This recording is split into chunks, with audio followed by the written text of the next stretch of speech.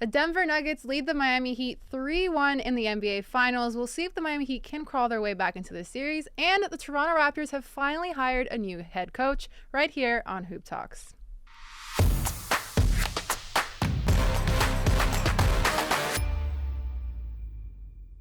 Not at all. At the beginning of this year, we talked about winning a championship, competing to get to this point. So that's always the goal. It's always the goal with the Heat. It's about winning. It's not about individual anything. It's about holding that trophy collectively as a unit to be the best team. And that's where we're at. We don't, all the odds, 8 seed, nah.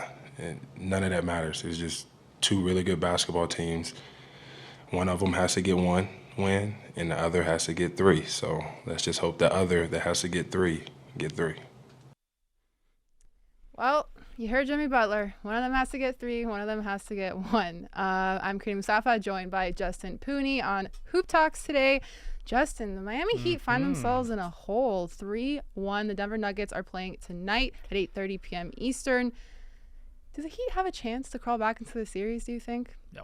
And this is from somebody who picked the Heat to win in 6 games. I thought after Game 2, when the Heat shot 50% from the field, 50% from three-point range, that there might be something here. They might be, they could come back home, get at least one game at home, and kind of build upon that. They laid a goose egg at home. They played horrible at home. And the biggest thing for me is the Heat have not had any help past their 2 biggest stars, right? Jimmy Butler and Bam Adebayo played, fairly decent, right? Not the best, but they've played all right. But you can't have guys like Gabe Vincent shooting, 1 for 6 from the field, 0 for 4 from three-point range, Max Strus zeros across the board. That to me is the biggest problem. You see just the Denver Nuggets. Look, in Game 4, Aaron Gordon had 27 points, right? We're so used to be talking about Jokic and Jamal Murray leading the way, but it was Aaron Gordon, 11 of 15 from the field, 3 for 4 from three-point range. Very, very efficient. A great game from Aaron Gordon. Nikola Jokic did his thing again, 23 points, 12 rebounds, only 4 assists, so kind of a little bit less from him. He was in foul trouble. But Crina, at the end of the day, there is no chance the Miami Heat win another game in this series. Denver will wrap it up tonight, and they will be crowned NBA champions, and Nikola Jokic will win Finals MVP. Not regular season MVP, but more importantly, Finals MVP. Yeah, if you look at the top 3 guys on each team, the Nuggets are heavily outdoing the Miami Heat right now, and I think that's probably one of the biggest factors to why the Nuggets are on top. But let's say Denver wins tonight, as you just mentioned. How do you evaluate their team based on what they've done to get here and moving forward? If I was to put a bow on the Denver Nuggets season, you have to look back at the years previous, right? Playoff failures. People questioning, can this team ever get over the hump? Can they get it done? And they proved that this year, right? Now, people out there in NBA media and NBA discourse and NBA Twitter will say, oh, who did they play? They played an 8 seed in the Miami Heat. They didn't play a Milwaukee. They didn't play a Boston. Well, that's all a bunch of you-know-what, right? They beat the team in front of them, and they're beating the Miami Heat, the team in front of them right now, very soundly, right? They had to go through the Minnesota Timberwolves, right, who actually, put up a bit of a fight. There's some talent on that Timberwolves team. Then they had to go to the Phoenix Suns. Everybody predicted the Suns would be in the NBA Finals. Again, Chris Paul got hurt, but there's still Kevin Durant and Devin Booker were on that team. Then they go through LeBron James, Anthony Davis, and the Los Angeles Lakers. They steamroll them, and then they go to the NBA Finals, and they just are so far and away better than the Miami Heat, not only on paper, but on the court. You're seeing on a night-to-night basis. This is a complete team, right? And they're doing it with probably an 8-man rotation, right? Yeah. And they probably have the best big guard combo in the NBA right now, Jamal Murray, Nikola Jokic. And Crina, quite frankly, this team plays basketball the right way. They don't play ISO ball the entire time. They have ball movement. They have fluidity to their offense. They play basketball the way it's meant to be played.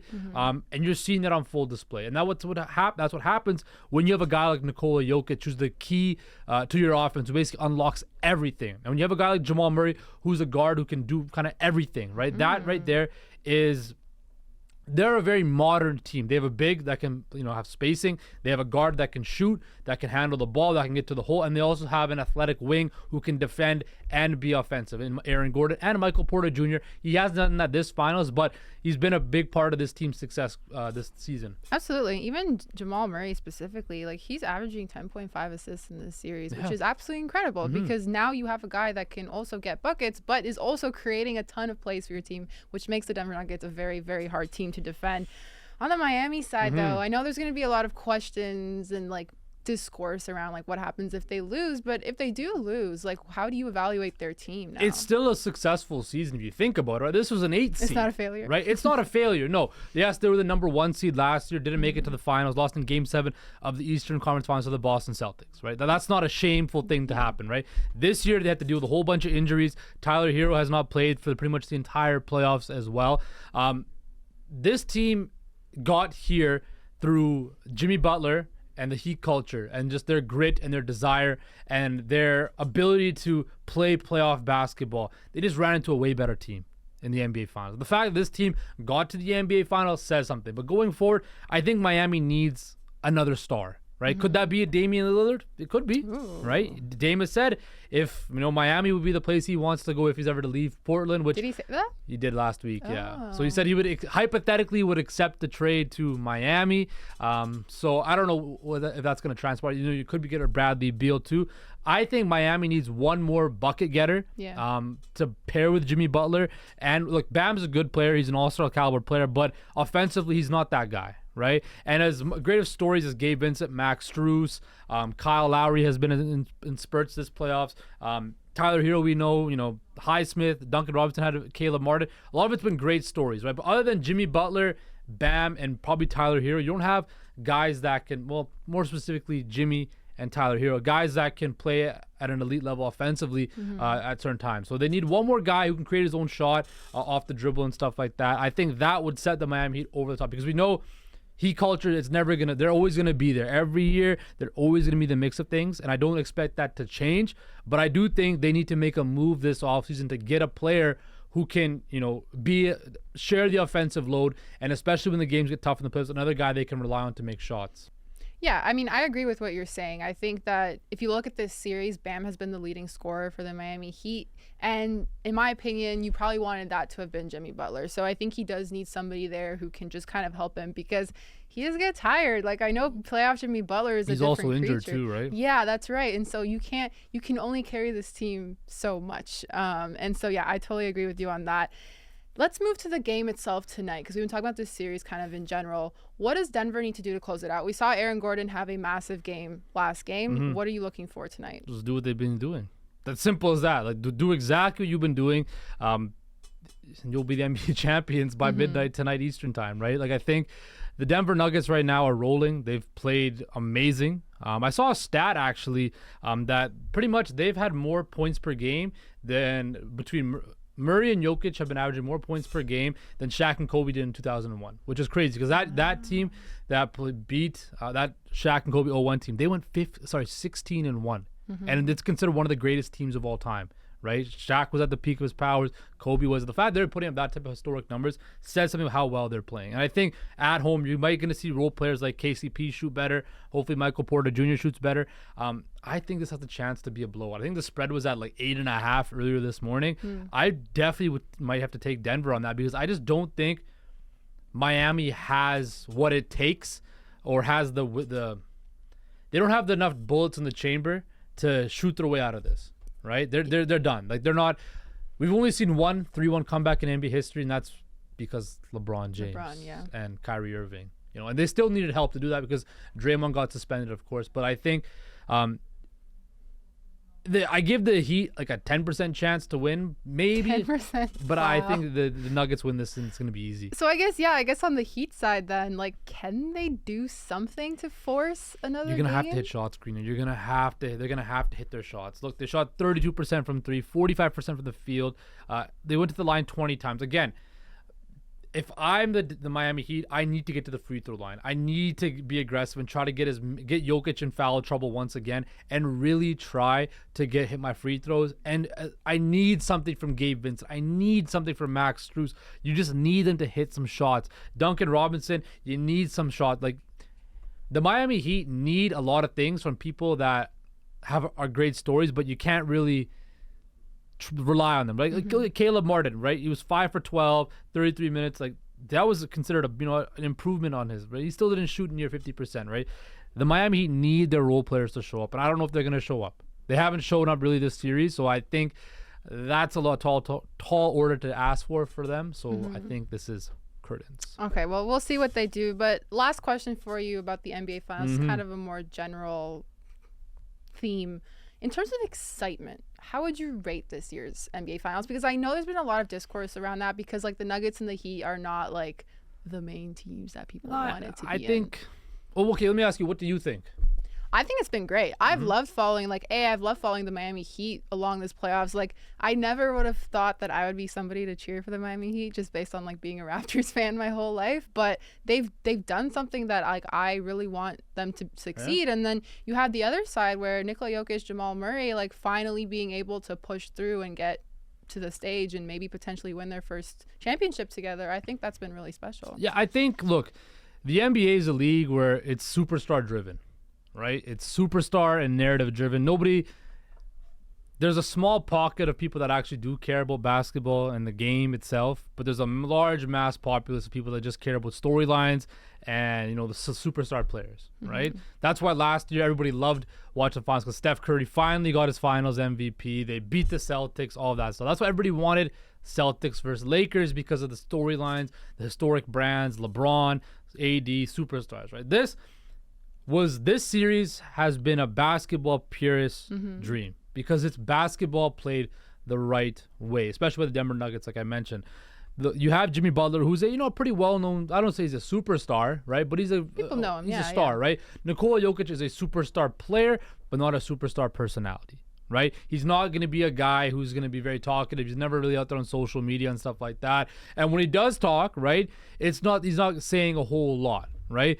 Jamal Murray, again, he's not going to be saying a whole lot. He only has like 1 million followers on Instagram. So not a super great basketball player, all-star caliber player in my personal opinion, but not a super star, right? And I know Mike Malone is really trying to, push the thing that they need to get more attention, and they should. They're about to be NBA champions, and nobody's really talking about it. Everybody's talking about Zion Williamson, right? John Morant. Where's Kyrie Irving gonna go? Right? All this type of stuff. Everybody's kind of glossing over the NBA Finals, but that's just the way the NBA culture is. It's all based on superstars and narratives, and nobody cares really about basketball, right? And that's what the NBA has become, fairly or unfairly. That's just what the fans want to talk about, and I think it's a shame, right, that people don't care about basketball. But at the end of the day, the media and people got to put out what people are actually going to want to, the content people are going to want to consume, and people care about narratives and storyline more than they care about basketball. And that's just the way the game has gone. And I think until people get back to actually caring about basketball, it's going to be like that forever. But that should not overshadow the fact that the Denver Nuggets are the best team in the NBA. Nikola Jokic right now is the best player on planet Earth. And they're about to do something they've never done in franchise history, and that's become NBA champions. Yeah. Well, there was something you mentioned, that Nikola Jokic is not on social media a lot, but he did go on social media to congratulate the new head coach of the Toronto Raptors, Darko Rajakovic. And Justin, we finally have a head coach here in Toronto. He's Serbian. He's been involved in coaching since his late teens. He's had summer league. He's had consulting experience with the San Antonio Spurs. And so he spent the last 9 seasons as assistant with OKC, Phoenix, and most recently the Memphis Grizzlies. First of all, what was your initial gut reaction when you saw this news drop? Because I know mine was like, what? Smart news dumped by the Toronto Raptors, because it was during the UEFA Champions League final, right? I was at the rec room supporting our crew at 442. They had a watch party there. And then I get the alert on my phone, and I saw him. Oh, okay. We all thought it was going to be Sergio Scariolo. We talked about on Friday that he was probably the front runner. And then go with Darko, who, nobody's really heard of, right? No, wait. Before you continue, I saw a joke. Somebody said that this was a Darko horse coaching candidate. Haha, get it? Okay, the silence speaks volumes. Keep going. Anyway, look, I did some research on him. Look, did you know he actually got a degree? He earned his degree in basketball coaching. He has a degree in basketball coaching. So that might be something smart. You know, he's got experience. He studied the actual art of becoming a basketball coach. But like you mentioned, he's dealt with a lot of high-level players throughout his time in the NBA. He started off in OKC where you had guys like, Shea, Andre Roberson, Steven Adams had glowing things to say about him. And you look at where he's been, OKC, Phoenix, and Memphis. All teams that now OKC finally is in the playoffs. They have a whole bunch of young players now. Phoenix, he got to work with a guy like Devin Booker, and he worked in Phoenix in 2019, 2020. So that was the stoppage of the bubble.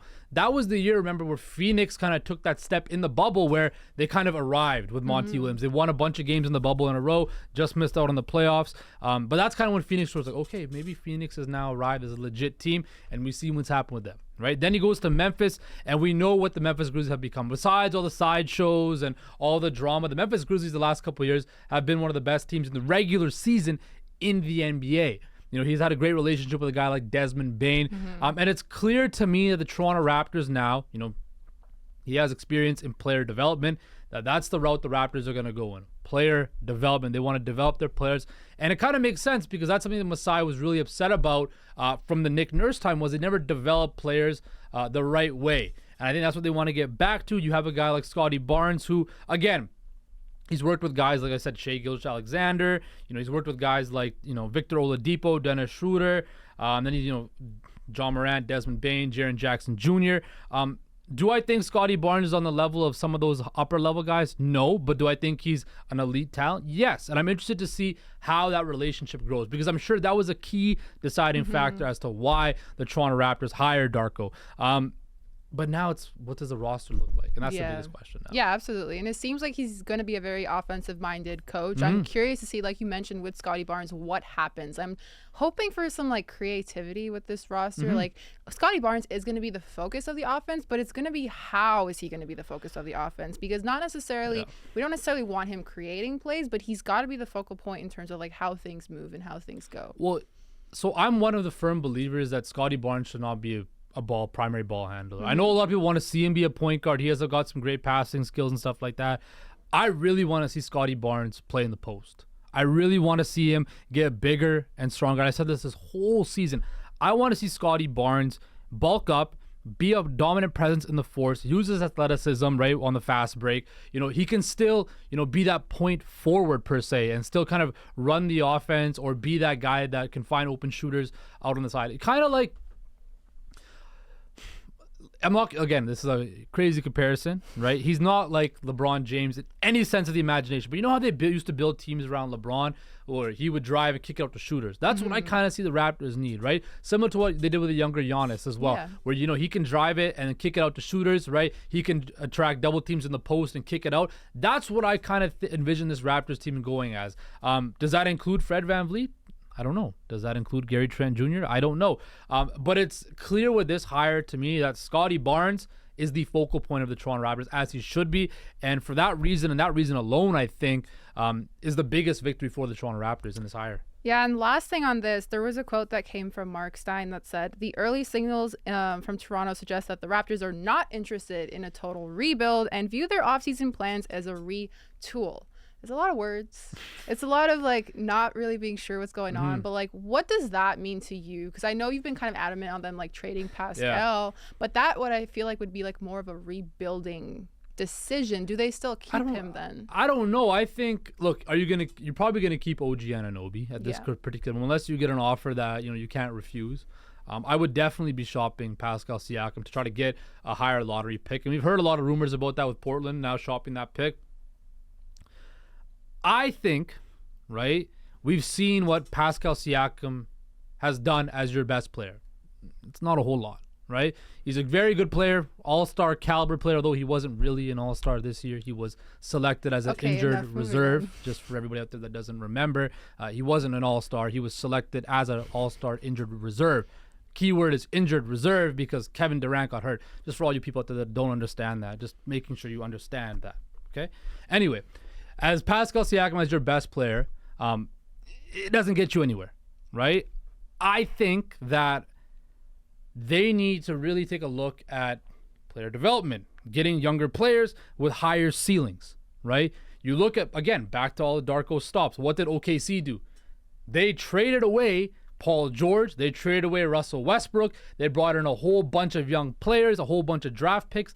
And we're seeing it now. They're a playoff team. They're probably going to be in the playoffs next year if they continue on this trajectory. They have a first-team All-NBA player in Shai Gilgeous-Alexander who got MVP votes this year, right? Whose ceiling is through the roof, right? Phoenix, they had a guy in Devin Booker who was a great offensive player and a guy who's got a high ceiling offensively, right? Memphis, Ja Morant, high ceiling on the NBA court. Not off the court, he's got his own problems to deal with. Desmond Bane, again, high ceiling. Dylan Brooks, whatever we want to say, he's an NBA caliber player, right? Jaren Jackson Jr. just won Defensive Player of the Year. A high ceiling defensively, right? Mm-hmm. Toronto Raptors don't have guys other than Scotty Barnes, I think, with a high ceiling. And I think they need to move those assets like a Pascal Siakam that can bring in younger players with more cost certainty and cost control, and then with higher ceilings. So if you can get a top 3 pick to get a guy like Scoot Henderson, right? That is something that you would really need to look at and really consider. The question is, does Scoot fall to 3 though? Yeah, I think so. I think that all the reports in that Brandon Miller is going to go second to Charlotte. So I think Scoot probably will be number 3. Again, it's up to Masai. This is the first time he's hired somebody outside of the organization, right? He's done, in the grand scheme of things, but Masai's done a great job. He's one of the best executives in the NBA. The last couple of years have been tough. I want to see if Masai, they can't run it back with this core. You need to move one large piece. Now, you might lose Fred VanVleet for nothing because it looks like he's going to opt out of his deal. You might lose Gary Trent Jr. for nothing. You probably have to pay a lot to keep Jakob Poeltl, right? Which, again, I didn't think was a smart decision. So then what do? You gotta find creative ways to bring in newer players. So I think you gotta trade Pascal Siakam. I think that's the most logical solution. All right. Well, we'll see what they do. We'll see what happens with this new, hopefully, era of Raptors basketball. But we'll be back here to dissect it all, and the NBA Finals as well too. We'll see if Denver can actually do the thing tonight. Thanks so much for joining us, and we'll see you next time.